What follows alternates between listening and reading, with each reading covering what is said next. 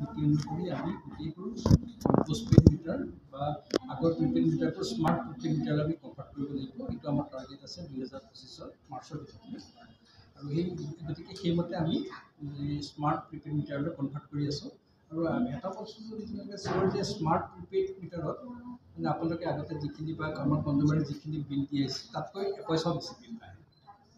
কিন্তু সমস্যাটো হৈছে কি, আমাৰ যিটো ট্ৰেনজিশ্যনৰ সময়ত আমাৰ আগৰ পোষ্টপেইডৰ বিলৰ যদি কিবা পইচা বাকী আছিল বা কিবা আগৰ মাহৰ যদি পইচা বাকী আছিল আৰু লগত যদি চিকিউৰিটি জমা আছিল, সেই গোটেইখিনি প্লাছ মাইনাছ কৰি এটা এৰিয়াৰ আহি যায়। আৰু সেই এৰিয়াৰটো কিছুমানৰ এৰিয়াৰ আহে, কিছুমানৰ এৰিয়াৰ নাহে। আৰু সেই এৰিয়াৰটো যেতিয়া আহি যায় আপোনাৰ ধৰি লওক মানে সেই এৰিয়াৰটো কটা নোযোৱালৈকে মানে এটা সমস্যা হ'ব পাৰে। কিন্তু এতিয়া আমাৰ ক্ষেত্ৰত মোৰ ক্ষেত্ৰত আমি দেখিছোঁ, মোৰো এটা কথা হৈছে। আৰু আমিতো বেচিকেলি কনজিউমাৰ হিচাপে আমি তাৰমানে মোৰ ক্ষেত্ৰত তাৰমানে আগতে লোড চিকিউৰিটি বেছিকৈ দি আছিলে সেইকাৰণে মোৰ 1500 টকা বেলেঞ্চ আহিছে।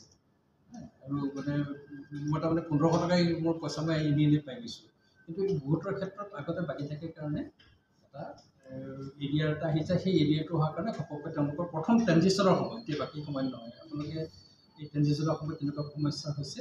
আৰু তেতিয়া মানে মানুহৰ মানে আমাৰ মেইন কথা হ'ল কি আমি এই কথাখিনি আমি জনসাধাৰণক ভালদৰে জনাব পৰা আমি এখন ধৰি লওক আমি অত্যাধিক দিব লগা হৈছে, সেইটো মানে তেওঁলোকৰ ভুল।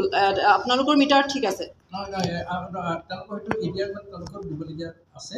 আমাৰ মানে পেণ্ডিং ইতিমধ্যে অত্যাধিক বিলে ৰাইজক মানুহমাৰ সোধাইছে। তাৰ ওপৰত যদি এনেধৰণৰ বিল দিবলগীয়া হয় তেনেহ'লে পৰৱৰ্তী বুজি নাপালোঁ। আমি ইলেক্ট্ৰিচিটি যিমানটো খৰচ খৰচ কৰে তাৰহে পইচা লওঁ। তাৰমানে ইচ্ছা কৰিলেও আমাৰ যিটো চিষ্টেম আছে, ইচ্ছা কৰিলেও আমি পইচা বেছিকৈ ল'ব নোৱাৰোঁ, ইচ্ছা কৰিলেও কমাই ল'ব নোৱাৰোঁ। তাৰমানে এতিয়া প্ৰিপেইড মিটাৰ আপোনালোকৰ যিটো ব্যৱস্থা কৰিছে প্ৰিপেইড মিটাৰত, সেইটোত মানে আপোনালোকৰ মিটাৰটো যিজন মানুহে যিজন উপভোক্তাই তেওঁ ব্যৱহাৰ কৰিছে সিমানখিনিয়ে দেখুৱাইছে। এতিয়া অভিযোগ যিখিনি জনসাধাৰণে কৰি আছে যে আমি অতিৰিক্ত দিব লগা হৈ আছে। পূৰ্বত যদি আমি মিটাৰত ধৰক মই যদি উদাহৰণ দিওঁ, পূৰ্বত যদি আমি 500 টকা বিল আহিছিলে এজন উপভোক্তাৰ, তেওঁ এতিয়া 1500 টকা, এটা জাষ্ট উদাহৰণ, যদি দিব লগা হৈছে এনেধৰণৰ অভিযোগ আহিছে। উপৰিঞ্চি 1000 টকাটো তেওঁলোকে মাধমাৰ বুলি কৈছে। ধৰক আমি 1000 টকাৰ মাধমাৰ দিছে, এনেকুৱা ধৰণৰ অভিযোগ আহিছে। মানে সেই অভিযোগখিনি আপোনালোকৰ মিটাৰৰ কোনো